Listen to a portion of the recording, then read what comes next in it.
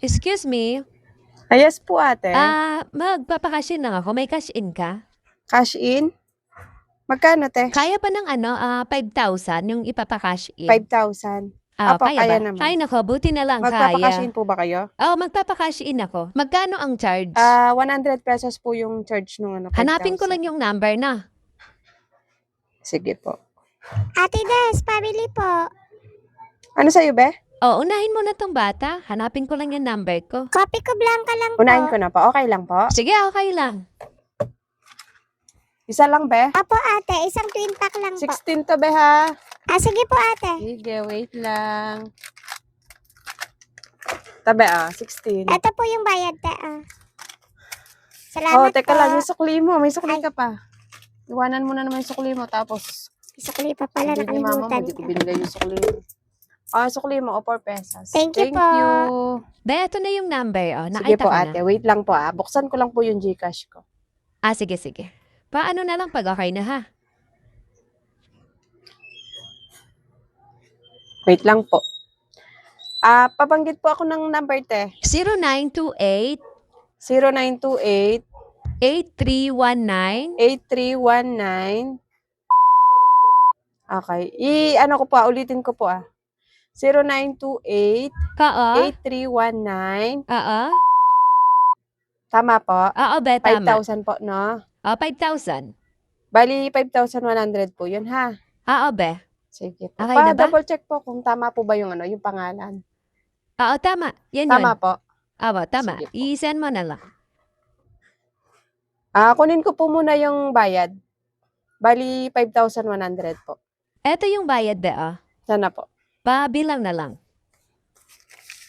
1, 2, 3, 4, 5. 5,000 pa lang po ito. 100 pa po yung sa charge. Eto yung bayad sa charge. Akin na po. 5,1. Teka lang ha, double check ko lang yung pera mo, te. 5,1. Sakto. Wait lang po. I-send ko lang po, ate. Sige, be. Pasuyo na lang ako. Send ko ha? lang po.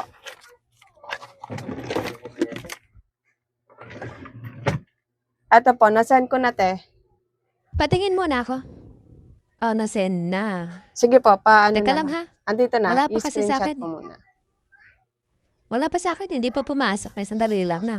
Sige po, buksan nyo po muna para makita nyo. Baka hindi lang nag-pop up sa taas yung Pero nasend ko na po, ito yung resibo. Sige, sandali lang. Buksan ko lang Gcash ko.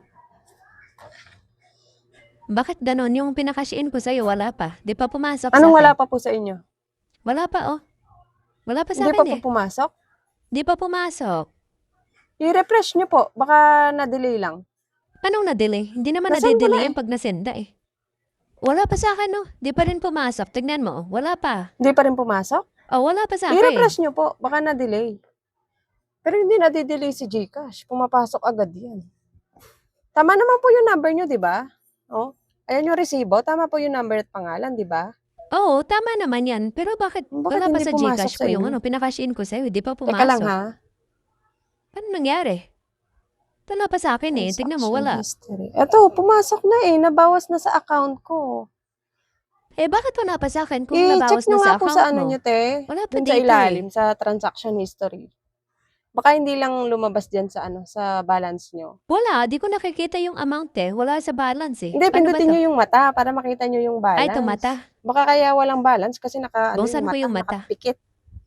Pipindutin ko lang tong mata niya na. Yan, pindutin nyo yan. Oo, yan. Oh. Wala.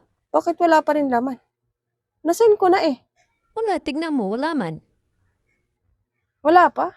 Sa transaction history po, pa-check. Transaction history. Wala din. Wala pa, Di ba Wala pa ata din? na-send? Wala pa. Yan po ba yung number na pinakash in nyo? Oo, ito yun. Number ko. Sigurado kayo, te? Oo, ito yun. Bakit hanggang ngayon Hindi kasi wala pa? Baka imposibleng hindi mo pa papasok nasisend. kung yan yung number.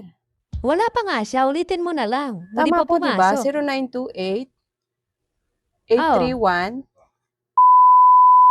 Tama naman yung number. Tama naman po. Bakit walang pumasok sa inyo? Ibalik mo na lang kaya sa akin yung binayad ko. Hindi naman pumasok sa akin yung pinakash in ko Ha? Hindi po, hindi ko pwedeng ibigay sa inyo yung binayad nyo Na-send ko na po. Ito yung resibo, Nasend ko naman, tama yung number, tama yung pangalan. O, pakita ko transaction history. Teka lang. Wala pa nga sa O, akin, di naman transaction history pumasok. ko, nasend ko, nabawas naman ng 5,000 sa akin. Hindi nyo na po pwedeng bawiin yung ano. Wala tayong scanning. Hindi na pwedeng bawiin yung binayad nyo sa akin kasi nasend ko na. Wala naman nga pumasok sa akin. No? Paano yun? Paano yung binayad ko sa'yo? Wala naman Walang akong natanggap sa pumasok. Gcash Ba't ko. walang pumasok? Teka lang ha. Pumasok ka. Posibleng walang pumasok, nabawas na sa account ko eh. Ibalik mo na lang yung binayad ko sa'yo kasi wala naman akong na-receive na 5,000 dito. Balik mo yung binayad ko. Okay na. Yan po yun, no? Oh, ito yung number na yon. Oh, sino yung tinatawagan mo? Yan po ba yun? Oh, ito yung cellphone ko. Bakit parang hindi nagre-ring sa'yo, te? Kasi nagre-ring siya dito. Baka hindi naman yun yung pinaka-cash in mo, te. Ibang number siguro yung nasa Gcash niyan, te. Kasi nagre-ring sa akin pero hindi nagre-ring sa cellphone mo. Hindi, ito yung pinapashin ko sa'yo. Itong number Patingin ko ako dito. ng profile mo, te. Nagre-ring dito. Imposible hindi magre-ring dyan sa'yo. Iba yatang number yung pinaka-cash in mo, eh. Paano ibang number? Ito yung Gcash. Oh, tignan mo man. Oh. Ayan, ayan yung Patingin Gcash po ako ko. ng profile. Profile? Oh, ito yung profile. Oh, Oh, tama. ayan. Iba yung number ng Gcash niyan, oh, 0919. Yung pinaka-cash in mo sa akin, 0928. Hindi naman yan yun, eh. Ay, teka lang. Number ng asawa ko to ah. Ba't sa'yo nakalagin sa Gcash ko? Number Ay, sige, ng sige. asawa. Salamat ha.